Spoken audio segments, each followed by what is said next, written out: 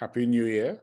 For those who are still celebrating the New Year, my name is Ramon Gregorio, and I am the president of the Greater Tunapuna Chamber of Industry and Commerce, the GTCIC, as you know it. Thank you very much for taking the time from your busy schedules to be with us here today. And this is the first of our webinars for the year, and it promises to be a treat. It's the digital marketing for businesses and business-minded persons.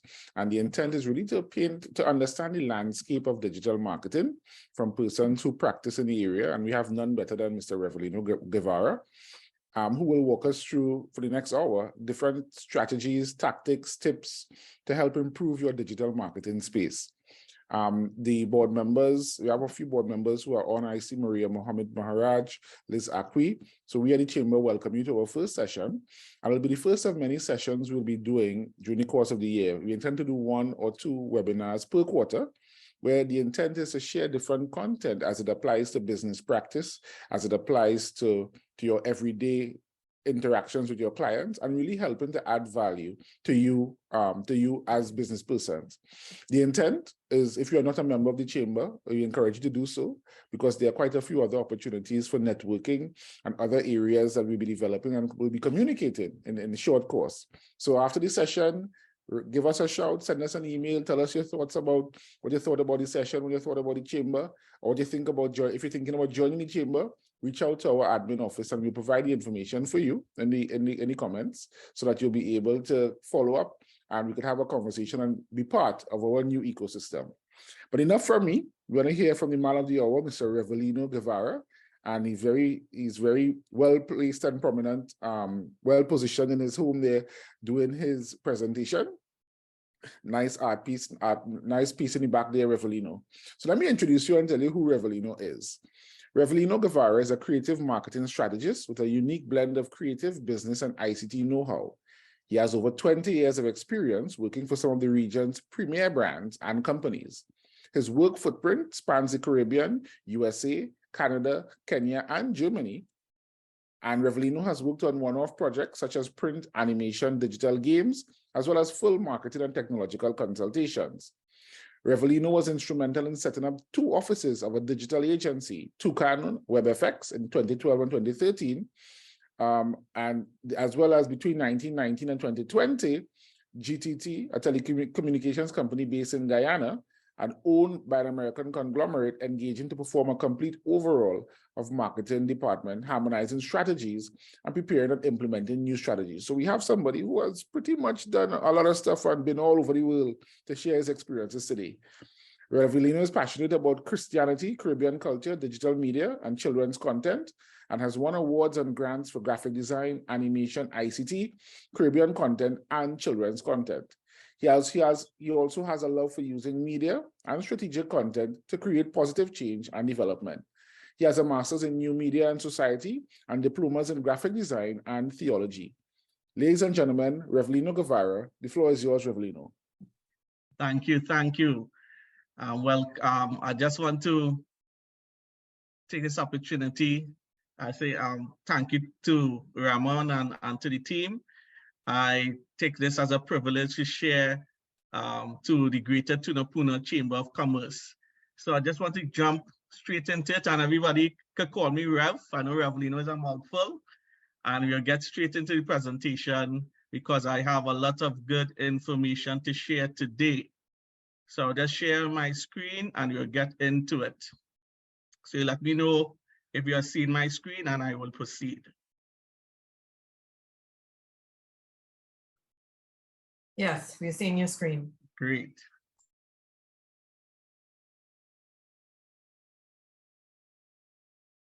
Right, so I have termed this presentation Making a Profit with Digital, because everybody know, especially with social media, that digital can make you laugh, can make you cry, it can make you, share cat videos and things like that, but can digital help you make a profit? Right, so that is the journey and the question we'll answer in today's presentation, and hopefully you'll come to my same conclusion as at the end of the presentation. So as Ramon said, I am Revelino Guevara, and I make individuals and organizations profitable financially, socially, and spiritually. Right. So before we start, a lot of people like to jump in digital without a plan and wonder why it doesn't work. But I want to set a foundation, and just briefly, because that's not the core of what we're going to do today. But at the heart of everything that you do digital for a company, it must be your brand identity.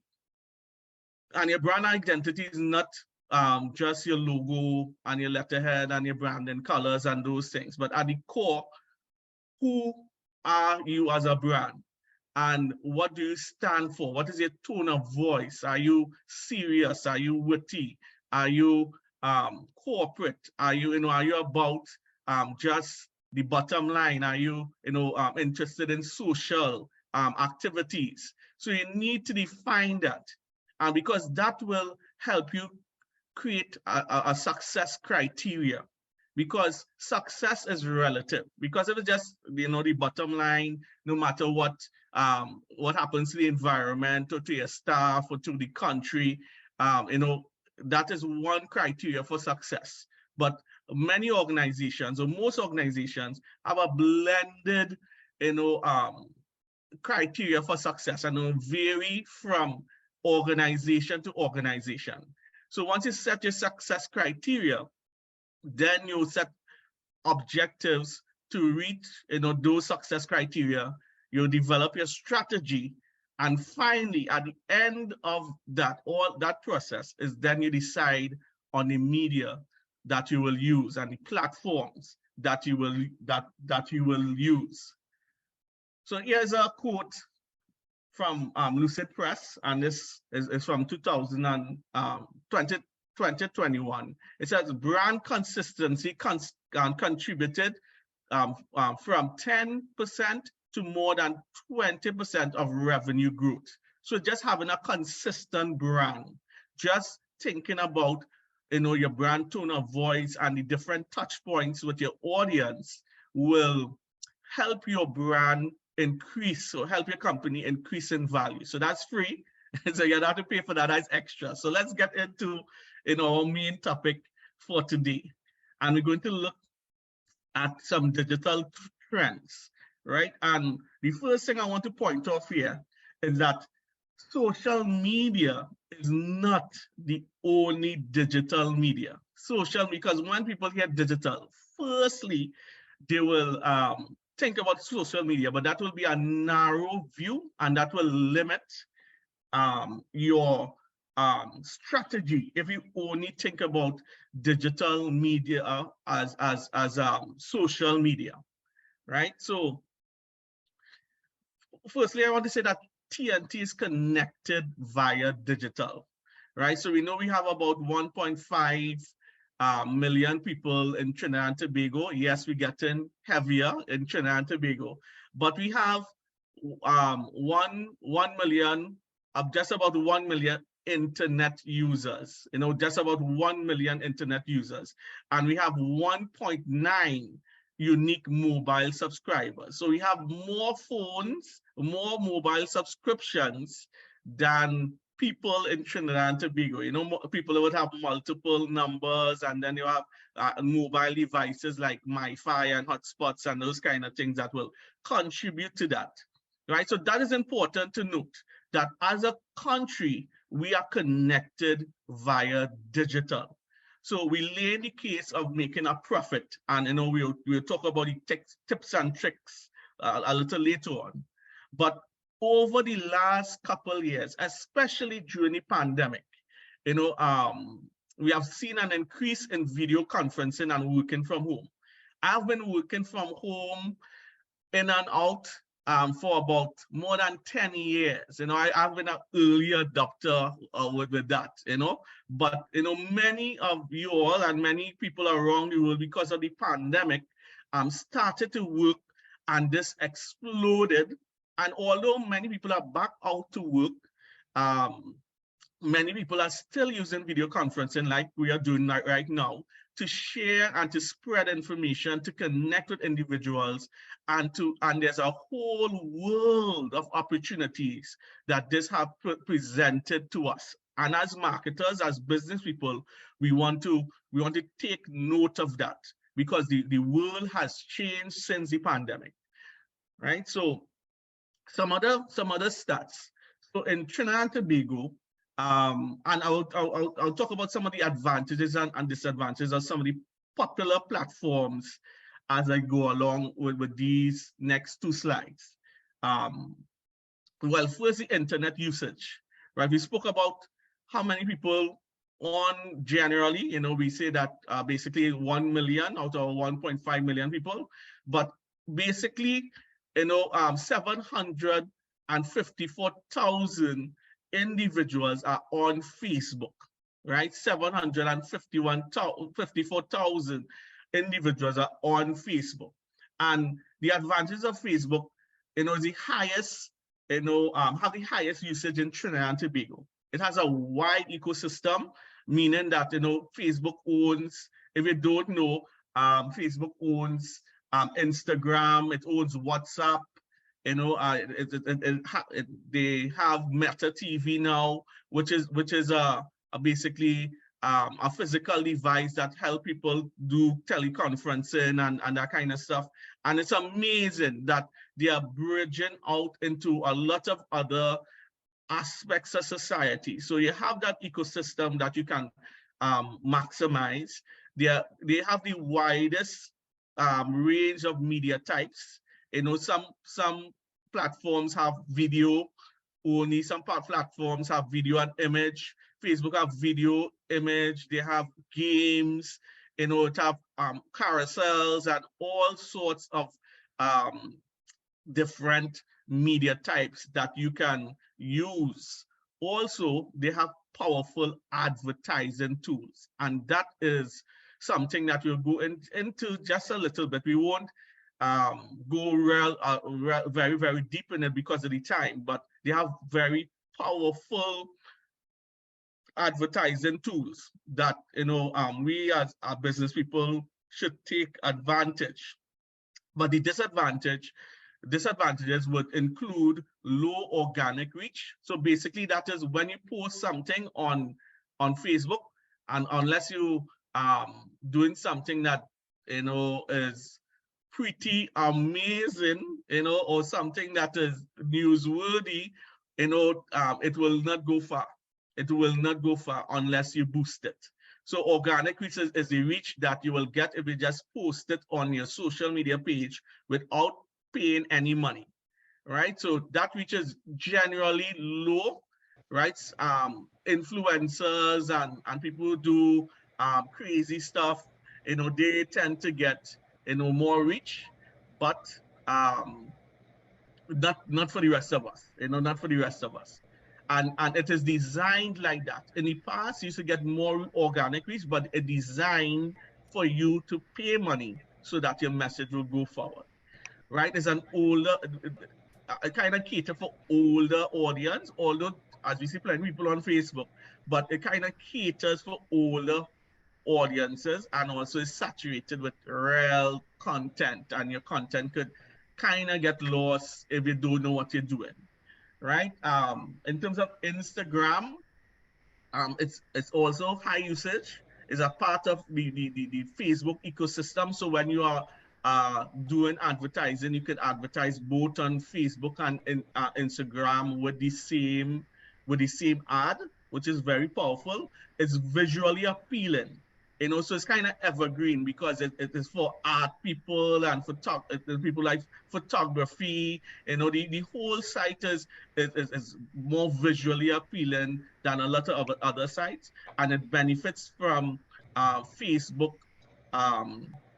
powerful tools as well, advertising tools. Disadvantages, it have a lot of disadvantages in my point of view.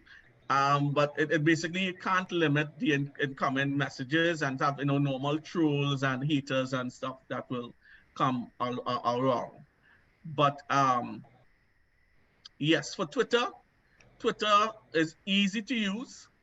news houses like Twitter, because of you can share short messages, short headlines and that kind of stuff.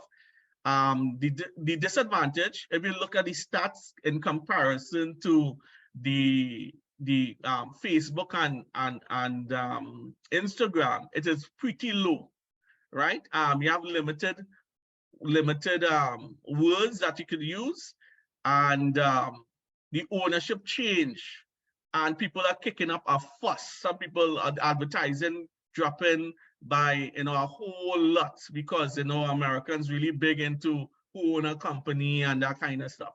So they're getting a lot of licks of lately because of the new ownership, and bots and trolls and fake accounts could have a lot of those, right? So TikTok, right? So the disadvantage in advantages is easy video editing. So you see a lot of videos, even on YouTube and other platforms, created by people using the TikTok app, right? Because it's very easy to use as a video editor. It's the rapid growth is growing very fast, or so they say, because we do have a lot of information on that. It's just what people see and what we see, and I guess what we see and observing could inform, but we don't have any hard evidence.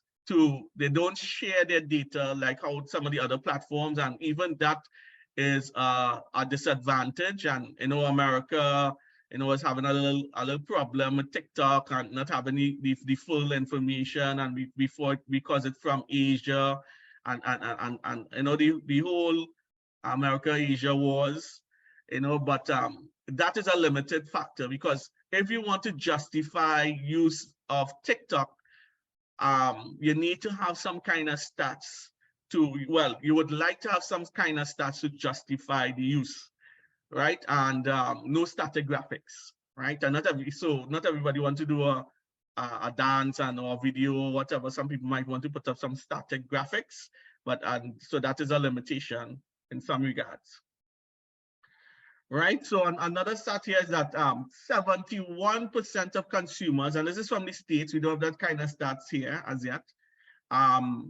consumers are more likely to buy from a brand that they follow on social media, right? This was from 2015, but I think that is still true today.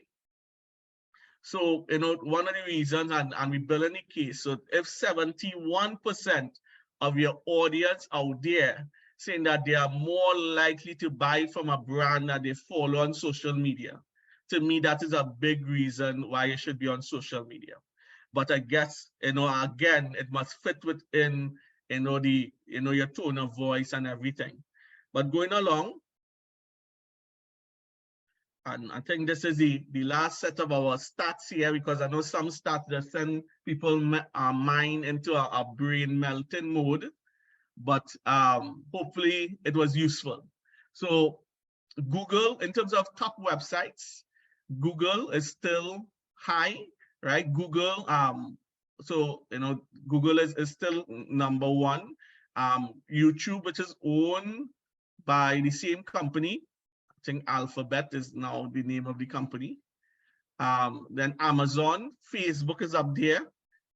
Yahoo, Netflix, Bing, Live, Reddit, and Google TT, right? But in terms of other digital usage, so we see WhatsApp. So WhatsApp is very easy to use, secured, widespread. Some people make more calls on WhatsApp than any other platform. And I do the same, although I have a plan and everything like that. I just find WhatsApp easier because you could see the thread of your conversation and those things. I tend to use WhatsApp more than I use my phone, my regular calling plan, right? The main disadvantage is that it's limited to one account per device at a time. So if you are advertiser, or if you're, and you have multiple brands that you want to do on WhatsApp, you know, is a little limited. You might have to have multiple phones, or, you know, have someone on WhatsApp web or on your computer, and do all sorts of shenanigans to get this, you know, to work for business the way that you want it to work if you have multiple brands, right? Secondly, we want to look at mobile plan, which I think is a very underutilized platform. We have more mobile devices than people. The highest reach. So we say Facebook was the highest reach online, but mobile phones are the highest reach, hands down, right? And you can't get, you know, you can't get closer than somebody's hand, right? So it's personal. It's very personal. If you call someone and you talk to them, it's very personal. It could either be real time or delayed, because many companies, like some of the bigger companies that are mobile companies, they would use something called IVR, which is interactive voice recordings, or they'll use they'll send voicemail for individuals, and so that is very powerful, right? The disadvantage, if you don't, well, if you go in with one of the platform providers and you are paying for them to send out per SMS or per call, it could be kind of costly, but you could take a poor man approach and call people yourself, you know, or you can buy a plan from one of the providers that give you free SMS and get one of your staff or yourself to message people via SMS. So there's a low-tech way of doing it and benefiting as well. But if you send plenty SMS, like, you know, some of the phone providers send a whole set of SMS, you know, it may be considered as a nuisance. So you have to be very careful of how many, you know, calls and SMSs you would send. Like when I used to work for the phone company, we had a policy of how many SMS we would send per week, because we don't want to bombard people, because we had 5 big brands, and everybody wanted to send out SMS because they know the power of SMS. But you know, that could be very very disturbing. So, and finally, another underestimated contender in this whole digital space would be emails. And emails still, at this point in time, with social media and Snapchat and TikTok and all those things, email still has the title for the highest return on investment. You know, based on what it costs to deploy, how simple it is to deploy, and the returns, emails have, you know, it takes the crown, right? Also, it's permission-based in the sense that you can opt in or opt out, right? It's also cost-effective, less intrusive, and can be automated. So all these things are things you want to look at. And disadvantage: spam, undelivered mail, unread mail, and file size issues. Cool. So we're going into media types.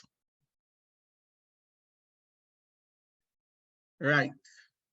So we have, generally, when we talk about categories of media types, there are 3 types of media, right? And I'll just touch on this. There's paid media, so media that you pay to advertise. So like if you advertise it on Facebook, which is pay for click, or display ads. You can have retargeting ads. So if somebody visits your website and did not complete an action, I know the ad will follow them, and we know them from like Amazon and some of those other places. When you go and you look on something in Amazon and you go you'll see, the item following you for a while. That is retargeting ads. You pay for influencers, you have paid content promotion, and then you have social media ads, right? You have owned content.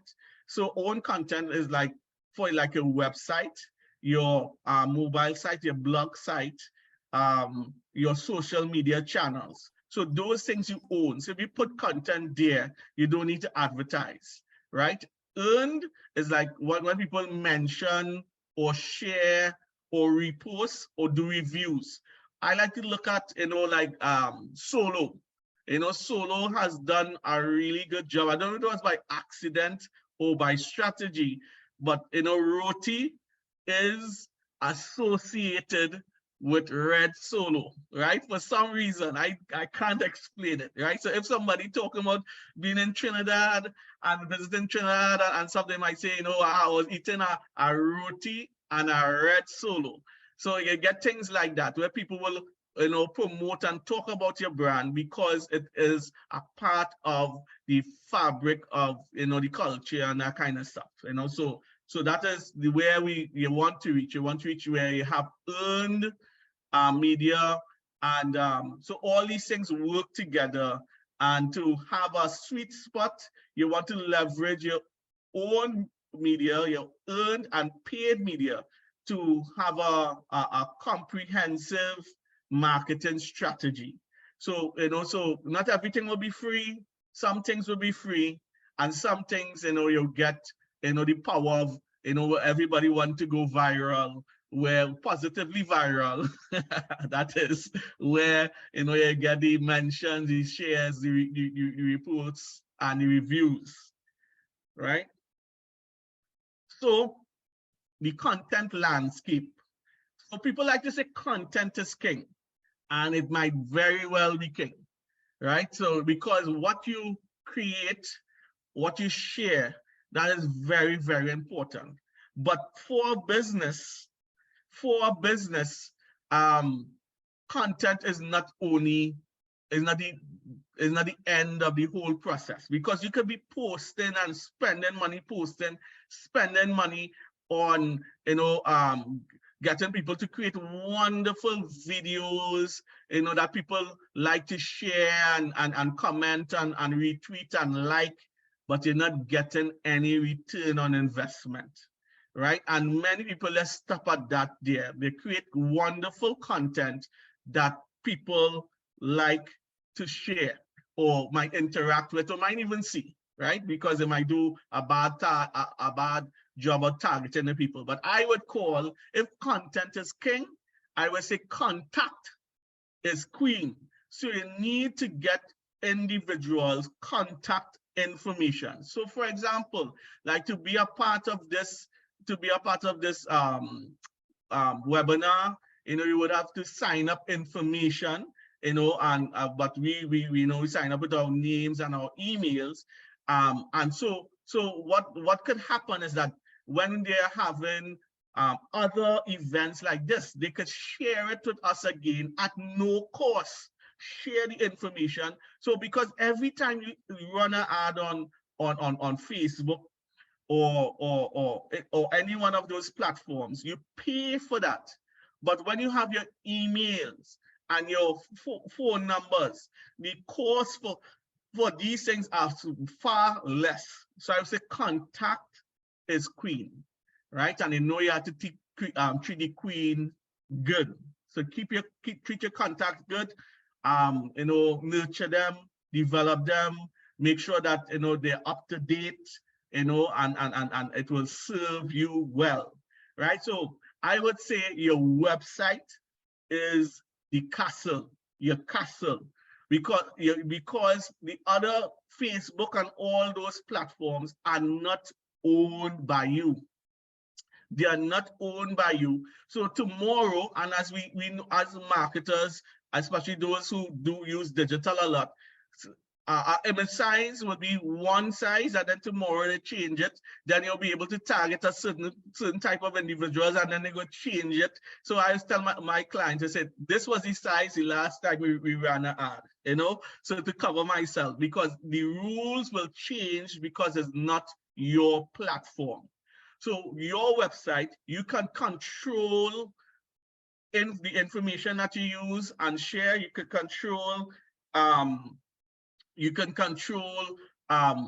plugins and all those things that you use. You have control of that, right? But the biggest part of the whole equation, and sometimes is underutilized, is your database.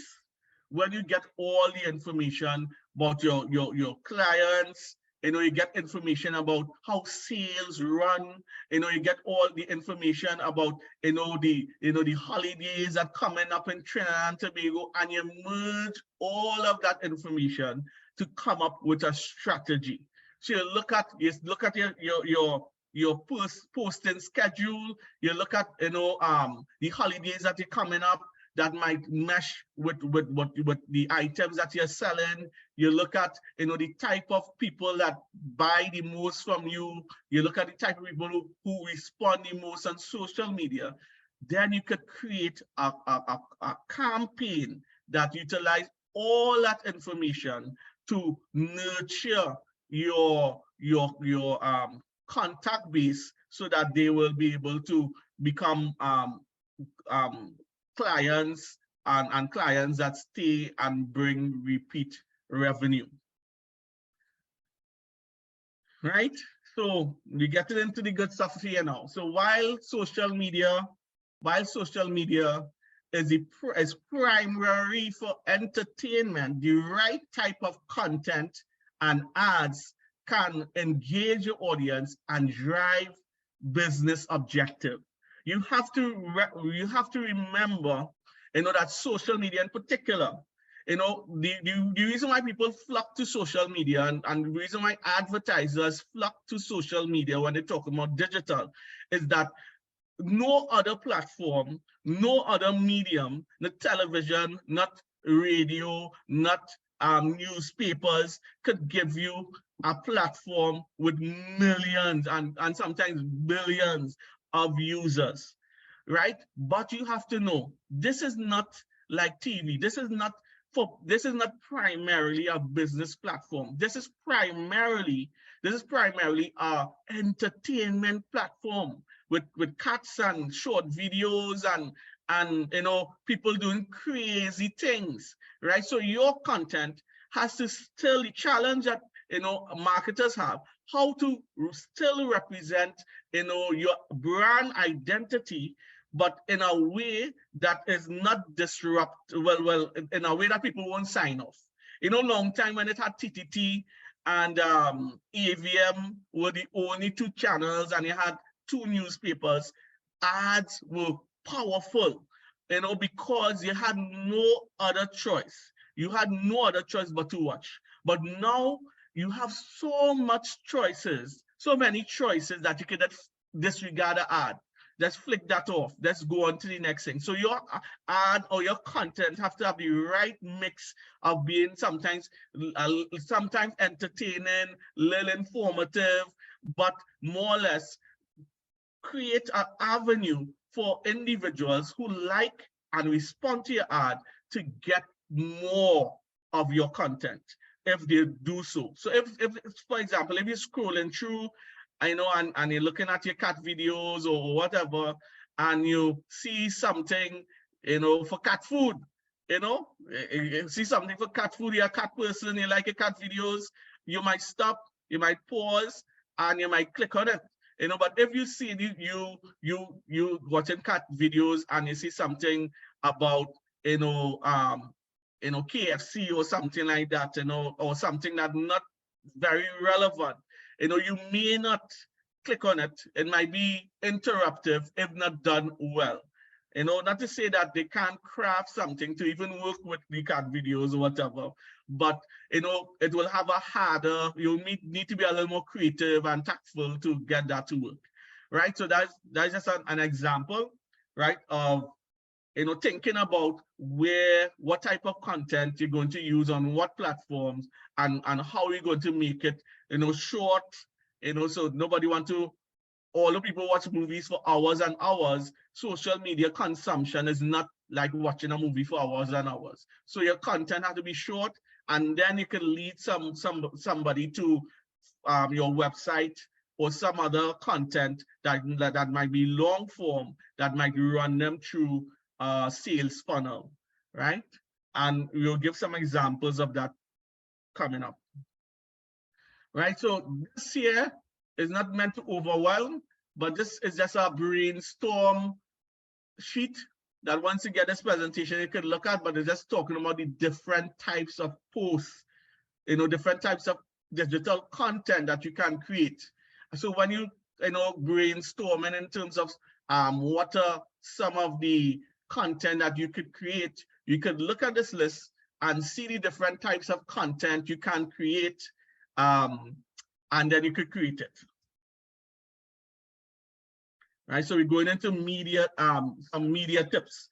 And what I did, I use a fictitious example of a guy that we'll call Bob, right? And Bob has some experience running his own business.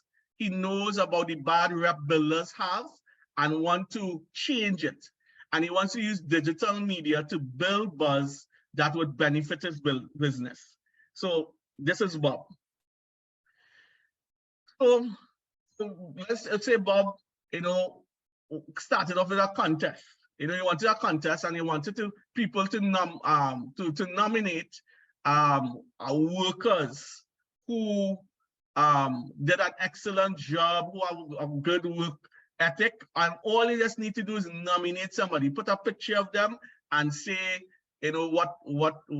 how they served you well. And we call companies called construction angels. They're not like them bad workers that come by you and leave your yard dirty and all them kind of thing. These are the good guys.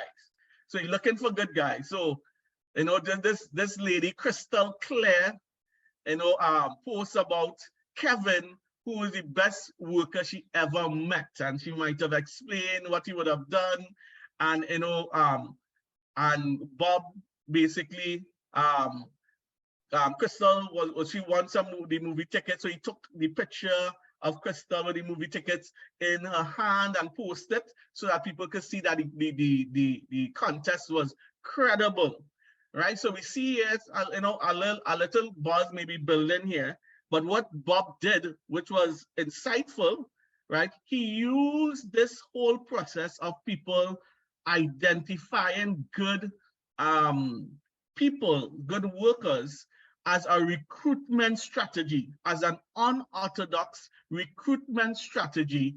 And he reached out to some of the people that would have been nominated, and he would have selected 5 employees to be part of the Construction Angels crew. Even a little Venny make it.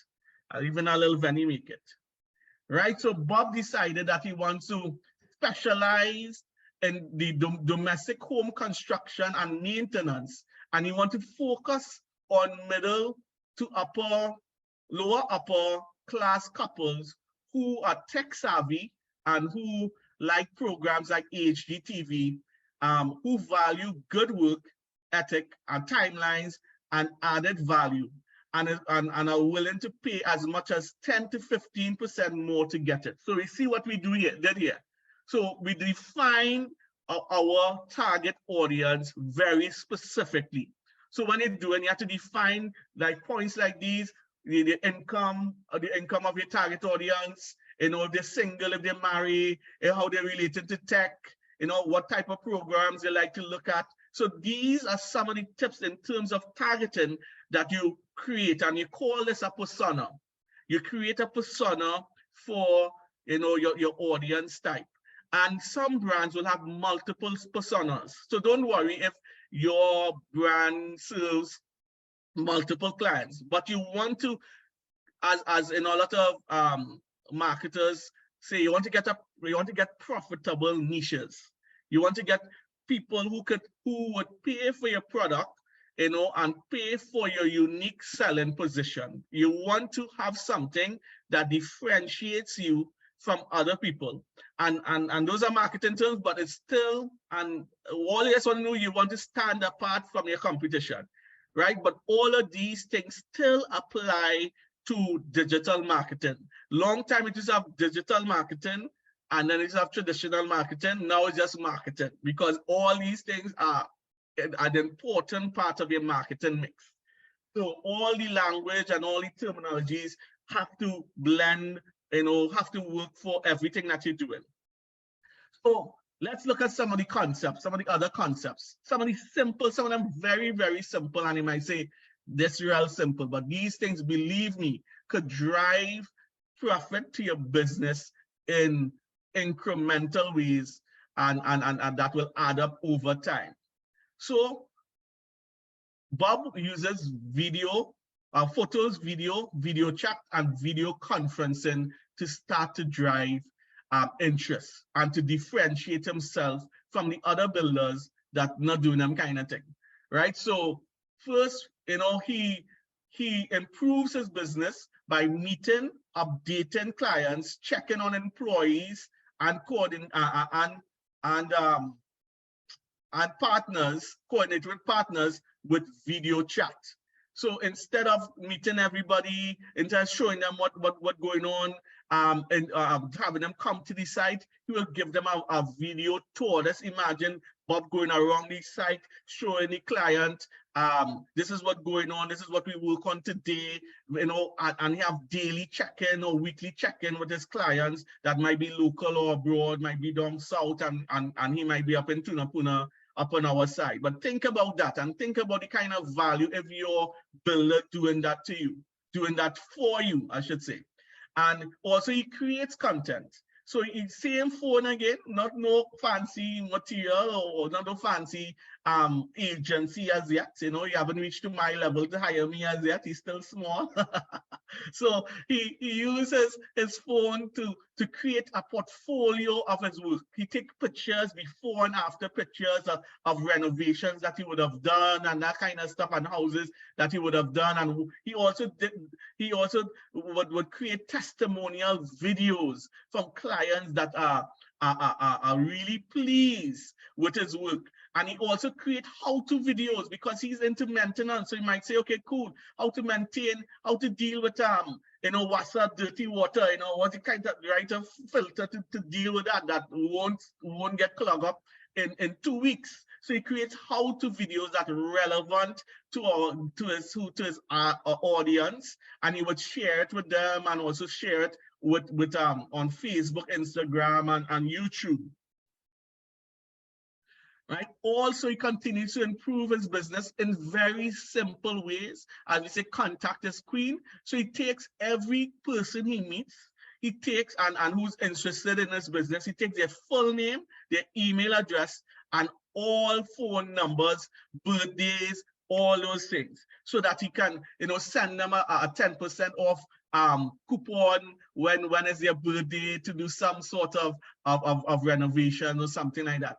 Also, you use something very simple that everybody have on their phone, and you could get everything. You could get more complicated versions, but you get a scheduling app.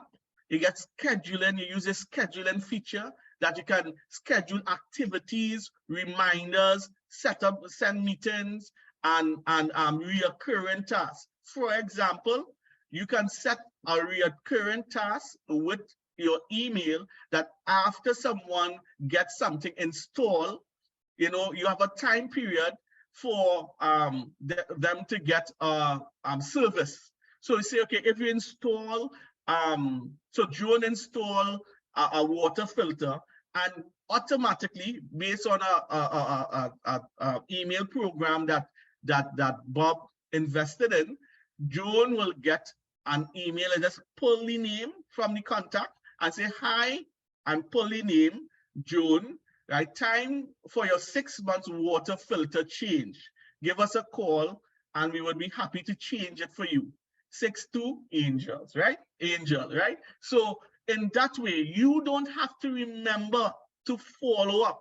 And automation is a very, very powerful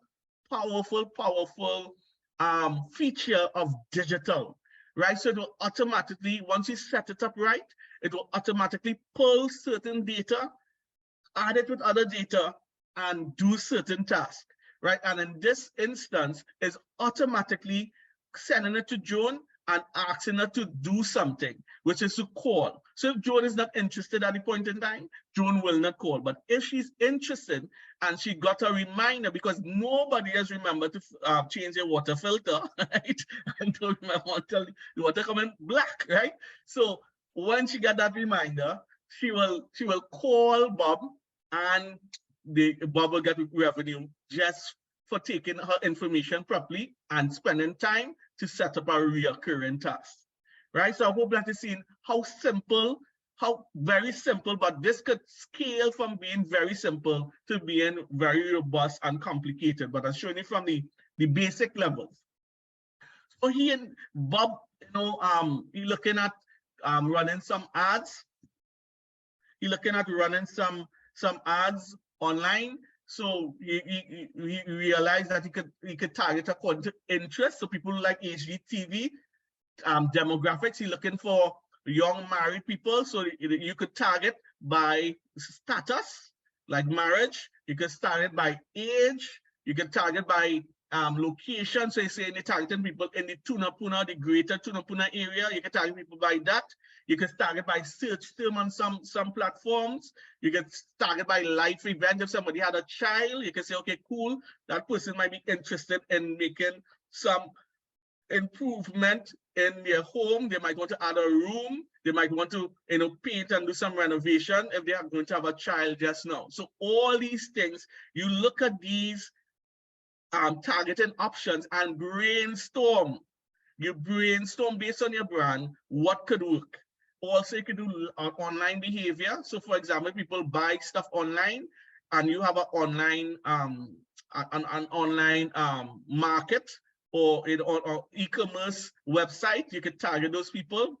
You could retarget people. As I mentioned, retargeted is if you go on your site, if someone goes on your site and did not complete an action, or did not complete a sale, you can have an ad follow them, and you can have a custom audience. Custom audience is basically you take everybody from your database and put it in Facebook or Google, Google, and they will tell you out of everybody on your list, how many of these people are on Facebook or on the platform, and basically send those individuals an ad. But you need to have a sizable database for that to work, right? And those are just some of the common ones, but there are a lot of other ads like lookalike ads and other ads that are very powerful. But just to show you the idea that, the online tools that you have access to when you pay, and it's as little as $1 US, as little as $5, you will have access to all these powerful targeting tools. And you can always Google and see what type of targeting tools are available. And if you want some additional help, you can talk to an expert or a specialist like me or someone else, if you have one already. So we're coming up to a close here, and so he wants a website. He builds a website, a responsive website, and I have some tips here. It had to work good on mobile and PC and tablet. In these days, you want to have information to build your list, your contact list, like we build in all the time. As we said, your contact is queen. Right, so you want to keep on building that. You want to add value, and SEO, which is search engine optimization. Basically, when people search for builder, you want this to, want Bob's site to come up, right? So their tips for that would include create content relevant to your target market. Also use search keys, like what people will search to, saying building or how to build, bathroom or something like that. You search them and update your content regularly, right? And this is some high next level stuff here. So Bob decided that he wanted to sell some prefabs home in the region. So what he did, he went to a freelance website to get some people to do some architectural design for him, and that users could customize their design online. They could get instant cost changes, and they could have a 3D walkthrough And the house could be built in as little as 12 hours of assembling, right? So he wants to, based on the revenue and stuff coming in, he thinking more strategically on how to use digital at a next level, at a more costly level that will hopefully bring some return on investment. So apart from just doing normal ads and in normal content, you could think about how to continually set your brand apart. And he decided to do this kind of prefab with customization kind of house.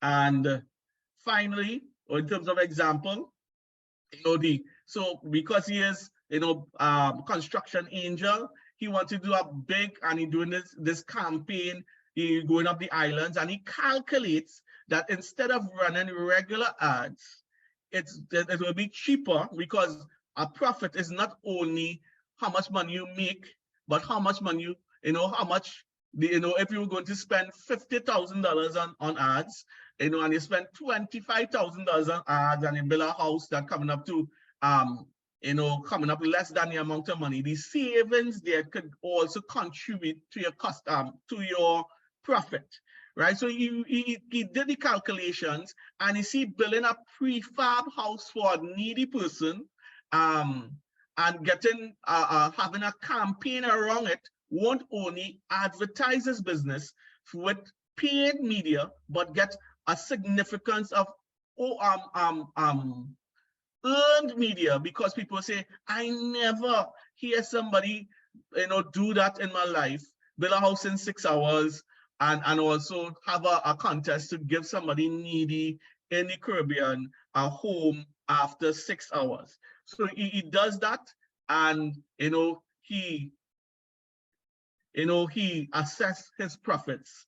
And how can we, what can we measure on social media? We could measure sales and subscribers.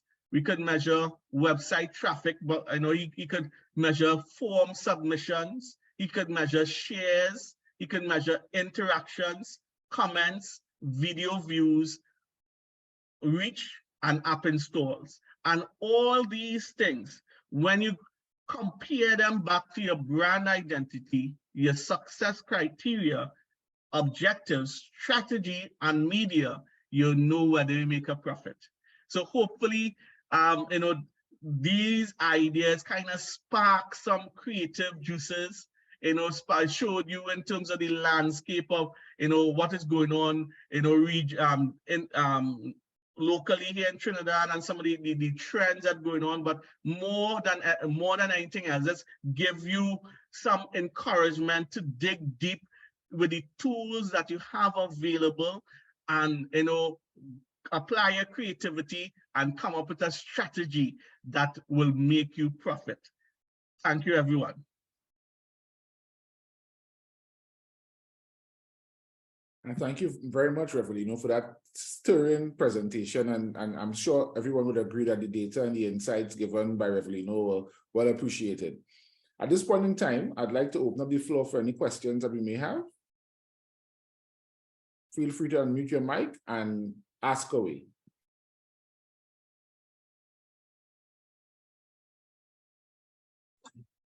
Hi, good morning. Good morning. Hi, this is Onika Bushell speaking. Hi, Rev. Hey, Onika. Long time. I see Wenel there too. Hi, guys. Yes. I was just interested in knowing the kind of movement businesses experience financially if they implement some of these methods. Yes. What kind of percentage increase? Thanks. Yes. So it varies a lot, and it varies with the type of business. If your business could fulfill services online right away, so for example, like I work with Caribbean Airlines, so things like ads that go into directly to online, to the online, to where you could book flights in times of specials and stuff. Those could see a higher return on investment, because it's just everything is digital and everything can happen right there. But anytime there is a big disconnect between your online activities and the activity to fulfill the sale, is the return on investment will be a little lower or slower, right? So you may have return on investment, but businesses could see, 20%, increase in sales, their sales projection, and even more, just according to some of the digital campaigns. Let me give an example that worked. That was not an ad, but was early in the days. I think back in 2011 or so. One of the airlines were having a lot of problems with people not registering before a flight, web check-in, right? And what was done for them was a simple handover the night before to an online database that would just send an email reminder for web check-in. And that simple thing saw web check-in going up like 300%, and that saved money in terms of saving time in the lines, when people go to check in at the airport and stuff. So not everything would be hard dollars and cents, but something might be efficiency, operational efficiency that will lead to a better brand experience. But definitely, you could see 20, 30, and 100 times according to what you're making before and what is your offer. So all those things will vary according to your brand.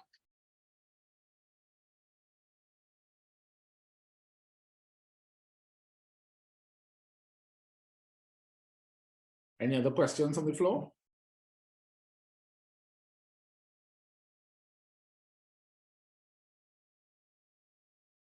Note well, we're not lucky enough to get Rev's attention for an hour on any given, especially on a Tuesday. But we have a whole hour, so feel free to ask all the questions you need to ask now.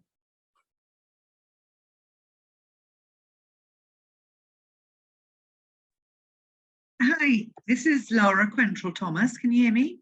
Yes. Sorry. Let me Hi, Laura. Hi, good morning. Just put my video on quickly. Thank you very much for the comments.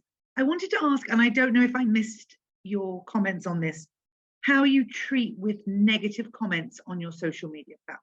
So if you get complaints, racism, aggressive, I don't know, hate speech, all that kind of thing, because I've read different suggestions. Some people say just delete it off your page. Others recommend that you tackle it and deal with it there publicly in front of your entire audience. So I just wondered, my business, for example, is a recruitment agency. We hire people for jobs.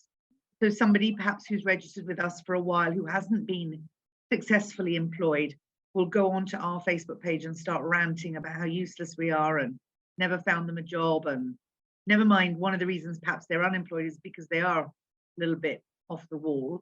Yes. I mean, that's sort of an indication. So I just wondered, what do you recommend that businesses do to treat with that?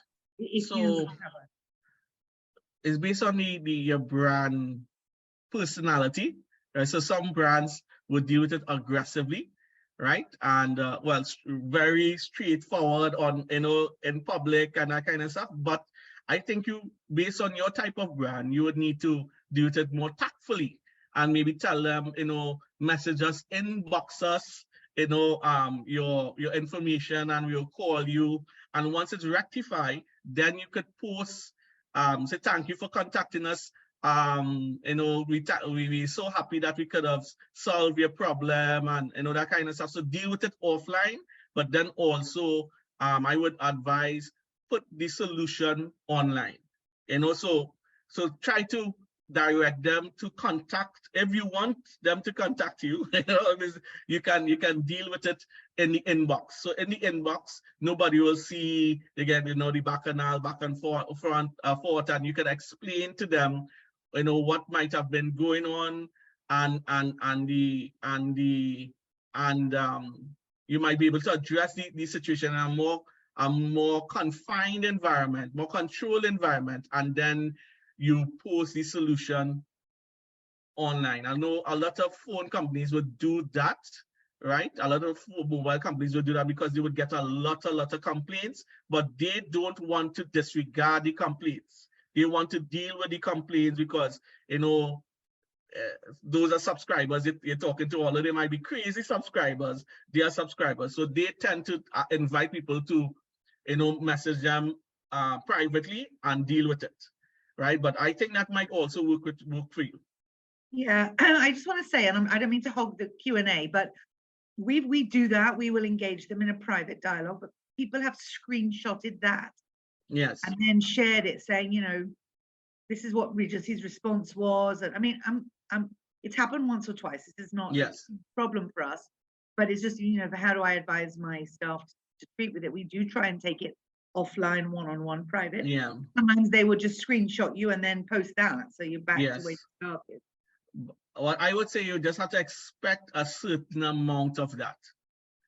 You have to expect that because this is the nature of the type of service you're doing, but as long as your people handling it professionally, you know, and according to your guides, because you will need to sit down and say, this is how we deal with this.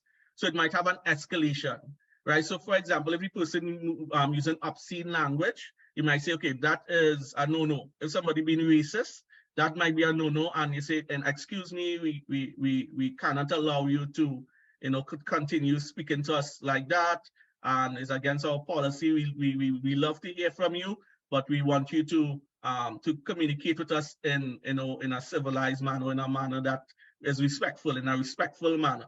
So you might have a script or something like that that you have for your staff that, you know, once it reaches this level, you could cut the call off and ban them or block them or something like that. But that should not be the first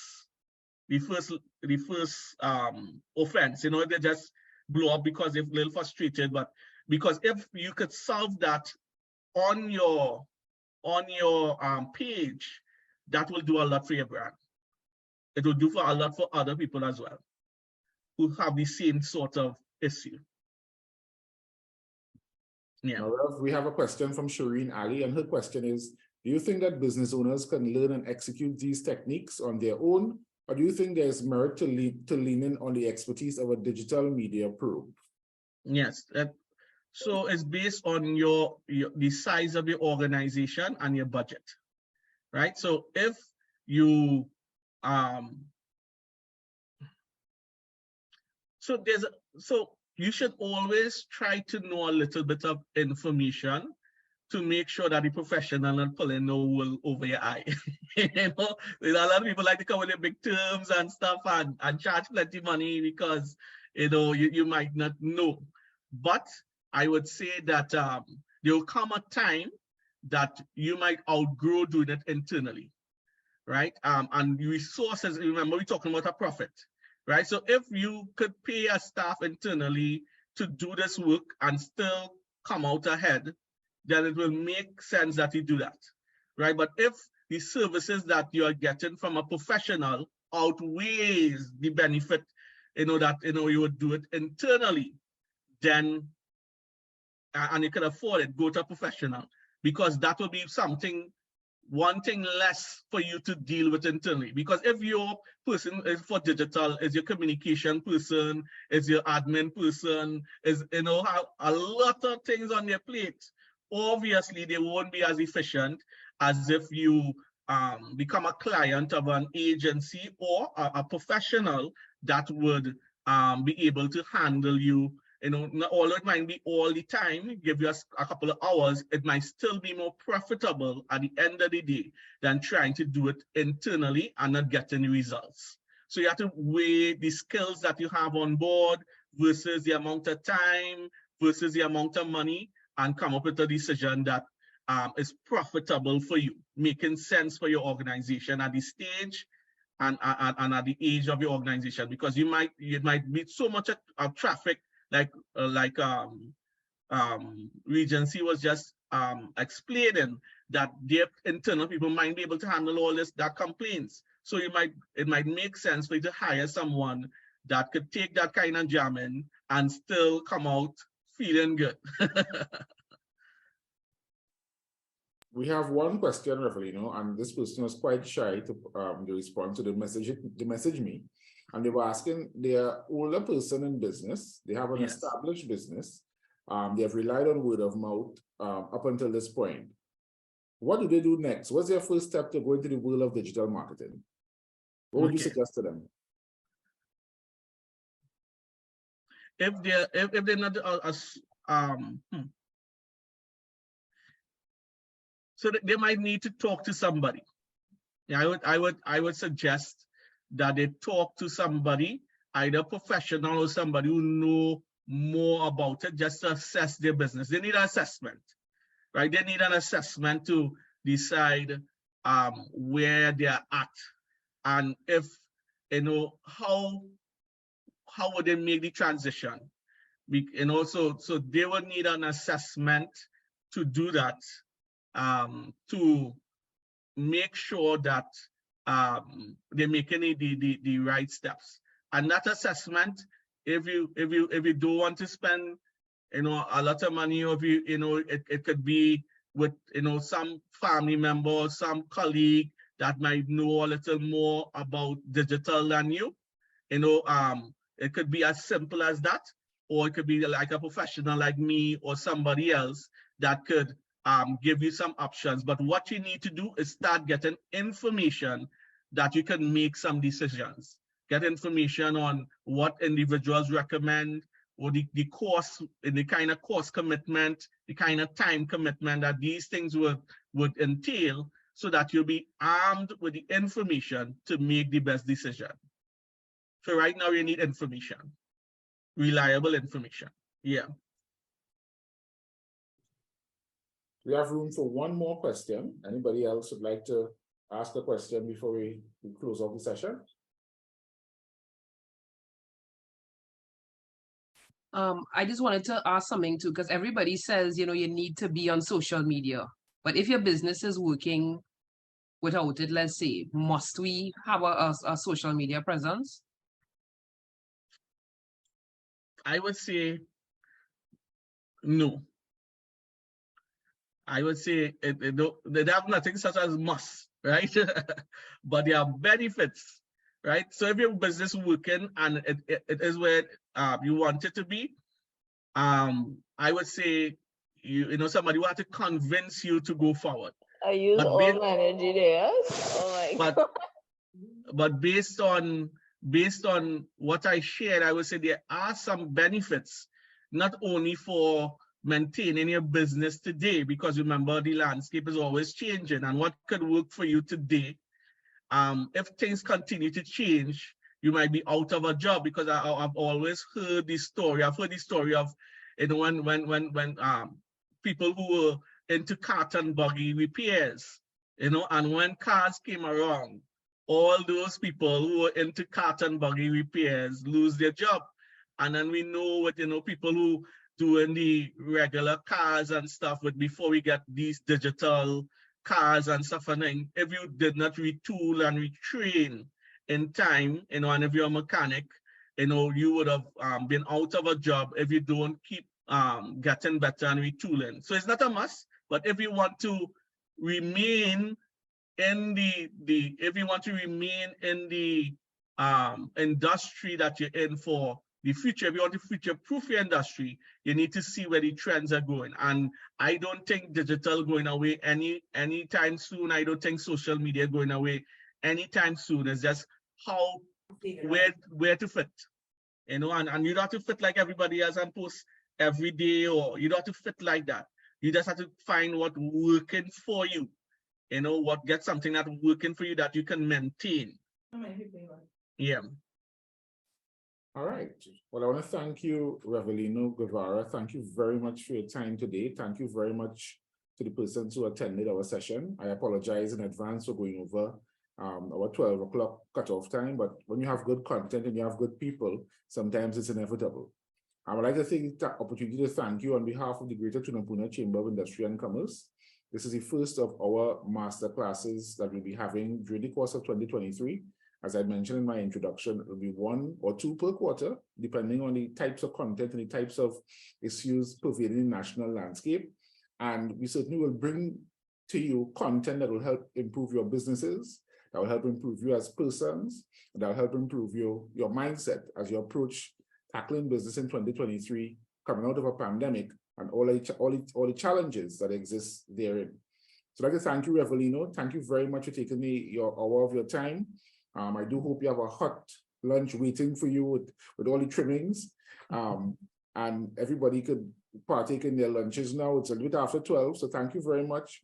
Do have a good time and look out for us in the coming weeks where we'll be advertising some of our upcoming webinars, which I'm sure will pique your interest and want to join us in the future. For recordings of this presentation, you could write us at the chamber. It's gtchamberinfo@gmail.com, or you can contact us directly if you're interested in joining the chamber and wanted to do more with and understand more of what a chamber does. The Tunapuna Chamber is open for business, and we're open to help your business. So you can contact us on 322-4482. We look forward to communicating with you. We look forward to interacting with you, and look out for more content coming out of the Tunapuna Chamber. Thank you very much, Revelino. Thank you, everyone, for showing up. Do have a good day and be safe out there.